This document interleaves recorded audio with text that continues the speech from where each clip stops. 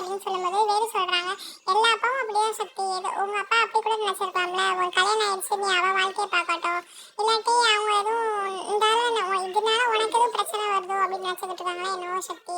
அதனால ஃப்ரீயா விட வாட்டி குடிக்கலாம் கூட்டிட்டு போறாரு.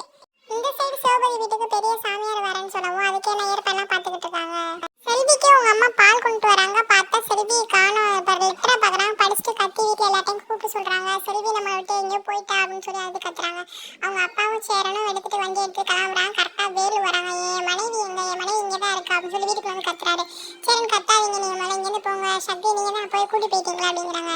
எல்லாரும் ஏன் இவ்வளோ பதட்டமா இருக்கீங்க, ஆமா செல்வி எங்க முதல்ல கேட்குறாங்க வேலு. ஆனால் எதுவுமே யாருமே சொல்லலை. உங்க அப்பா சொல்லிடுறது முதல்ல நீங்க கத்தாதீங்க வேலு, அப்புறம் எல்லாரும் தெரிஞ்சு போயிடும் செல்வி காணாங்கிறது அப்படின்னு சொல்றாங்க. அதோட இன்னைக்கான சீரியல் முடிஞ்சிருது.